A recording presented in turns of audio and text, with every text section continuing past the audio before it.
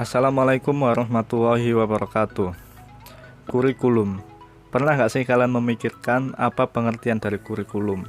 Bagaimana sejarah kurikulum di Indonesia? Lalu apa karakteristik dari kurikulum 2013 dan apa kurikulum 2013 revisi? Menurut John Verheugen 1968, kurikulum adalah semua pembelajaran yang dirancang dan dilaksanakan secara individu ataupun secara kelompok, baik di sekolah maupun di luar sekolah. Sedangkan menurut Undang-Undang Nomor 20 Tahun 2003, kurikulum adalah seperangkat rencana dan pengaturan mengenai tujuan, isi dan bahan pelajaran serta cara yang digunakan sebagai pedoman penyelenggaraan kegiatan pembelajaran untuk mencapai tujuan pendidikan nasional. Kurikulum adalah perangkat mata pelajaran dan program pendidikan yang diberikan oleh suatu lembaga penyelenggara pendidikan yang berisi rancangan pelajaran yang akan diberikan kepada peserta didik dalam satu periode jenjang pendidikan.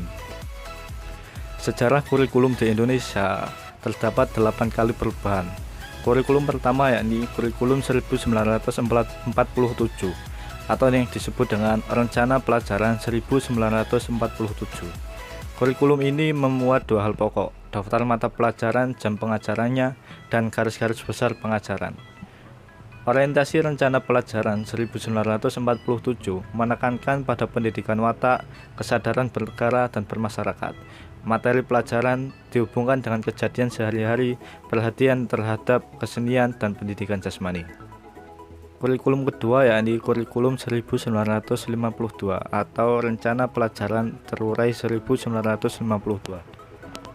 Kurikulum ini sudah mengarah pada suatu sistem pendidikan nasional. Yang paling menonjol dan sekaligus ciri dari kurikulum 1952 ini bahwa setiap rencana pelajaran harus memperhatikan isi pelajaran yang dihubungkan dengan kehidupan sehari-hari. Kurikulum ketiga yakni kurikulum 1968. Kurikulum ini perwujudan dari perubahan orientasi pada pelaksanaan Undang-Undang 1945 secara murni dan konsekuen. Kurikulum 1968 menekankan pendekatan organisasi materi pelajaran, kelompok pembinaan Pancasila, pengetahuan dasar, dan kecakapan khusus untuk membentuk manusia Pancasila sejati, kuat dan sehat jasmani, mempertinggi kecerdasan dan keterampilan jasmani, moral, budi pekerti, dan keyakinan beragama. Kurikulum yang keempat yakni kurikulum 1957. Kurikulum ini menekankan pada tujuan agar pendidikan lebih efektif dan efisien. Latar belakang lahirnya kurikulum ini adalah pengaruh konsep di bidang manajemen, yaitu MBO, Manajemen by Objective, yang terkenal saat itu. Kurikulum kelima yaitu kurikulum 1984, yang disebut dengan kurikulum 1975 yang disempurnakan. Kurikulum ini menempatkan siswa sebagai subjek belajar dan mengamati sesuatu, mengelompokkan, mendiskusikan, hingga melaporkan. Model ini disebut dengan cara belajar siswa aktif. Kurikulum keenam yaitu kurikulum 1994 dan suplemen kurikulum 1999. Kurikulum 1994 merupakan hasil upaya untuk memadukan kurikulum-kurikulum sebelumnya, terutama kurikulum 1975 dan 1984. Sayangnya perpaduan antara tujuan dan proses belum berhasil, sehingga banyak kritik berdatangan disebabkan oleh beban belajar siswa dinilai terlalu berat dari muatan nasional sampai muatan lokal.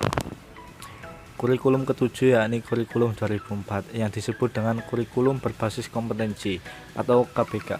Suatu program pendidikan berbasis kompetensi harus mengandung 3 unsur, yaitu pemeliharaan kompetensi yang sesuai, spesifikasi indikator-indikator evaluasi untuk menentukan keberhasilan pencapaian kompetensi, dan pengembangan pembelajaran. Kurikulum ke-8 yakni kurikulum 2006 atau yang disebut dengan KTSP, kurikulum tingkat satuan pendidikan. Pemerintah pusat menetapkan standar kompetensi dan kompetensi dasar, sedangkan sekolah dalam hal ini guru dituntut untuk mampu mengembangkan dalam bentuk silabus dan penilaiannya sesuai dengan kondisi sekolah dan daerahnya.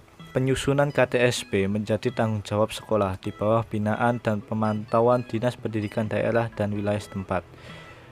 Perubahan ke-8 atau kurikulum ke-9 yakni kurikulum 2013.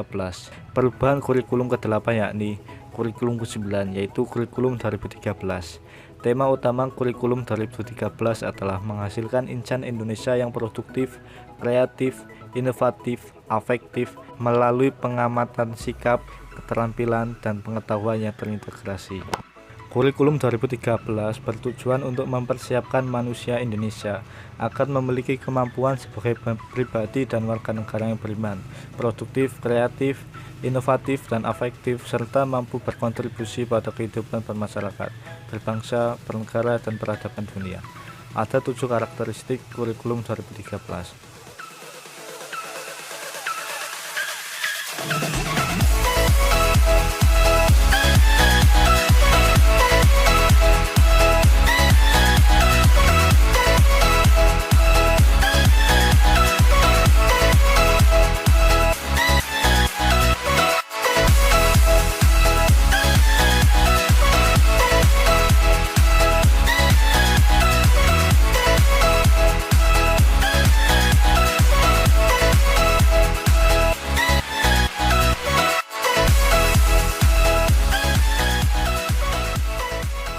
Kurikulum 2013 revisi.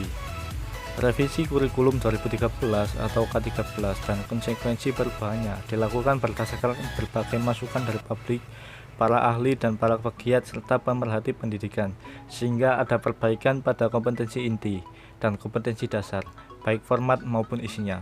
Perbaikan kurikulum 2013 ini dengan diawali adanya diklat kurikulum yang dilaksanakan menjelang berakhirnya semester genap tahun pelajaran 2015-2016, di mana dalam pelaksanaannya peserta pelatihan ini dipilih dari guru-guru Kemendikbud yang dalam pelaksanaan UKG atau uji kompetensi guru memperoleh hasil yang memuaskan. Beberapa poin penting perubahan kurikulum 2013 revisi tahun 2017 diantaranya adalah